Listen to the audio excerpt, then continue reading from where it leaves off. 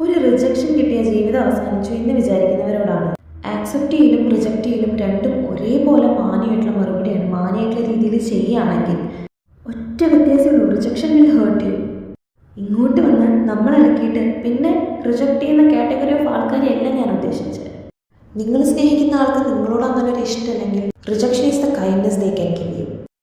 Accept ചെയ്യലും reject ചെയ്യലും opposite നിൽക്കുന്ന ആളുടെ ചോയ്സാണ്. And if they do that you should respect dum.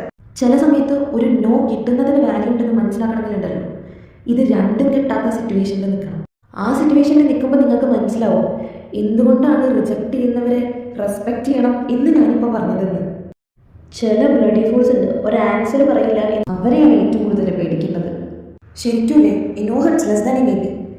ഈ മേ ബി ഉണ്ടല്ലോ, ഈ സിനിമയിലൊക്കെ കാണുന്ന പോലെ ഒരു ലൂപ്പിൽ, നമ്മളൊരു ലൂപ്പിൽ പെട്ട അവസ്ഥയാണ്. The same thoughts, the same over thinking, the same anxiety. Rejection ശരിക്കും നമ്മളെ ഫ്രീ ആക്കുക ചെയ്യുന്നത്. കാരണം മറ്റേതുണ്ടല്ലോ, അത് ഈ anxiety, over thinking, guessing, hoping, waiting, ഇതൊക്കെ നിറഞ്ഞു കിടക്കുന്ന ഒരു പൊട്ടക്കിണറ്റിലോട്ട് നിങ്ങൾ തള്ളിയിടുക ചെയ്യുന്നത്. ഇവർ സഫക്കേറ്റ്. ആ ഒരു സിറ്റുവേഷനിൽ ഇരുന്നവർക്ക് ഞാൻ ഈ പറയുന്നതിൻ്റെ വേദന മനസ്സിലാവും. ഇവർ നമ്മളെ കളിപ്പിക്കുകയായിരുന്നു എന്ന് നമുക്ക് മനസ്സിലാവും എപ്പോഴാണെന്നറിയാം. കുറേ നാൾ കഴിഞ്ഞ് വർഷങ്ങളോളം കാത്തിരുന്ന് കരഞ്ഞ് പിന്നെ ഇവർ വേറൊരാളുടെ കൂടെ കാണുമ്പോൾ അപ്പോഴേക്കും നമ്മുടെ ലൈഫ് നമ്മുടെ കണ്ണിൻ്റെ മുന്നിൽ കൂടെ ഇങ്ങനെ മിന്നി മാഞ്ഞു പോയിട്ടുണ്ടാവും. ഇനി കൺഫ്യൂസ്ഡ് സ്റ്റേറ്റിൽ നിൽക്കുന്ന ആൾക്കാരോടാണ്, അവർക്ക് നിങ്ങളോട് എന്തെങ്കിലും ഒരു ഇഷ്ടമുണ്ടെങ്കിൽ അവരത് നിങ്ങളോട് പറയും. അല്ലാണ്ട് അങ്ങോട്ടും ഇങ്ങോട്ടിട്ട് തട്ടി കളിക്കില്ല. അതിൽ നിന്ന് തന്നെ വളരെ ക്ലിയർ ആണ് that they don't love you. നിങ്ങളൊക്കെ ഭയങ്കര പ്രഷ്യസ് ആയിട്ടുള്ള ആൾക്കാരല്ലോ. Don't waste your life on dum.